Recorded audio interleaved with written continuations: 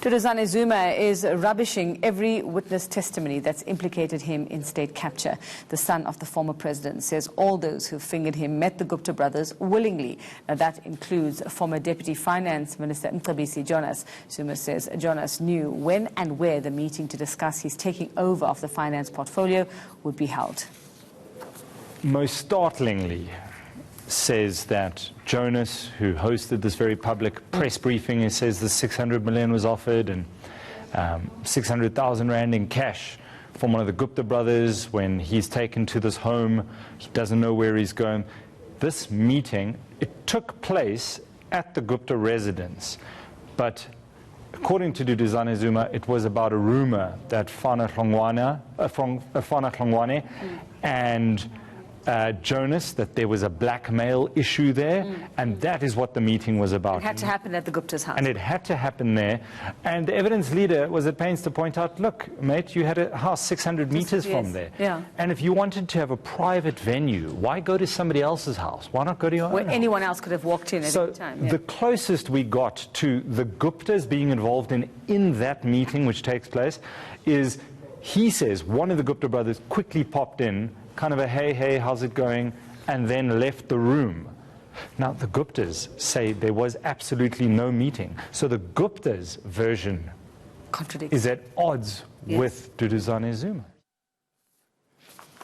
All right, well, let's discuss this further now with political analyst Sanusha Naidu joining us this evening. Sanusha, good evening, and thanks so much for your time. So I'm not sure if you heard my interview with Michael Apple there earlier. He's watching that inquiry for us. And basically the feeling we get is that nobody is really buying any of what Duduzane Zuma has told the inquiry. It seems to be everybody else's fault, and everybody else knew where they were going and what they were doing. What was your feeling when you watched his testimony today? Well, I saw bits and pieces of it, and then I started to watch because I thought it was quite interesting entertainment. And I thought to myself, there's a person who is using all kinds of tactics to dodge what is really the essence of the evidence leader's questions, the follow-up questions. Every paragraph that was referred to Mr. Zuma, he kept saying, I don't think that happened. At one point he called it a criminal scene that he's being implicated in, so to speak. And I thought his body language also indicated that he wasn't taking this very seriously. He was there to try and insulate and protect himself, and basically kick the ball into the other court and say, you try to prove this beyond a reasonable doubt. Did you get the feeling that he thought, you know what, if he kind of just, I don't know what the word is, dances around the issues or does that he would confuse us enough that people would go, I don't know what just happened, like who's telling the truth?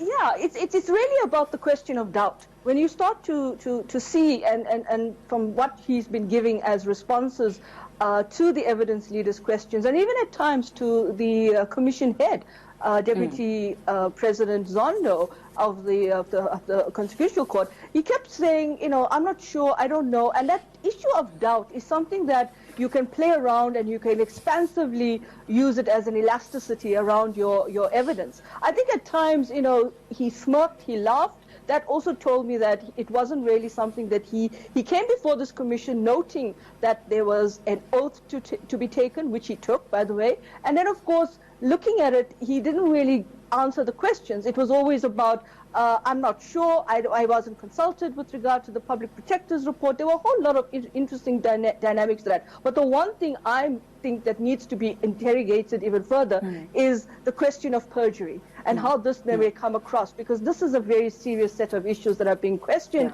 by the evidence leader, by the commission. And if he's creating this doubt, then he's creating doubt in the evidence that was presented before the Zondo Commission by the former Deputy Finance Minister. And there were several contradictions as well. Even in that last bit we heard from Michael Apple talking about the Gupta saying this meeting didn't happen. He says the meeting happened there at their house, and one of the Gupta brothers just popped in. Now, these are the very people that you're supposed to be on the same side, and yet you have two different versions as well. I'm talking about Duduzane Zuma and the Guptas and their versions of that night and what happened. So what does he hope is going to happen? What does he hope, people are going to think? Well, the one thing I would have suggested, you coordinate your evidence or your responses. That's the first thing you've got to learn. You can't basically say one version and then, of course, there's a contradictory version from your so-called partners within the space. I think the second thing is hoping to also kind of distance himself from the Guptas, but it's quite intriguing, I think, to note that, you know, he had a house in Saxon World, but he chose the Gupta's house. And if you're doing the kind of business and the kinds of issues that could actually, I mean, you are the president's son, there's questions of state security interests and so forth, you basically want to have this meeting as insulated as possible from any other person or individual. And I mean, obviously he did not count on the likes of Mcebisi Jonas telling us what he did years ago. The reason we are sitting at the state capture inquiry, one of the people, at least, he didn't count on that. So I just wonder, you know, would he, from what you see, like you say, you would want the issue of perjury to actually be interrogated, those where lies seem to be quite obvious or they're not telling the whole truth or skirting around the truth. You know, will he most likely just get away with this? That's the big question, Rebecca. I think the cost of this, and I know your station carried a story on this and analyzed the cost of how much of money that is being spent on this commission of inquiry, whether or not we'll see the kinds of results we want to see. Will the people that will need to be held accountable, will they be held accountable? What kind of sanction and action will be taken against them? For me right now, I don't think Mr. Zuma is taking it very seriously, and he thinks that by the kind of testimony he's giving, he can dodge the bullet, skirt the issues, and come out of there smiling. And it's not a court of law, so therein so there's no procedural, prosecutorial powers that the commission has. And I think, but it doesn't mean that this is not going to be taken further in terms of what happens after the life of the commission. But again, how long can we wait? Yeah. All right. Well, thanks very much for that, Sanusha. And I think that's the question on many South Africans' minds is what will come off this, and how soon will we see any result, and how long must we wait for the truth and those to be held accountable for state capture.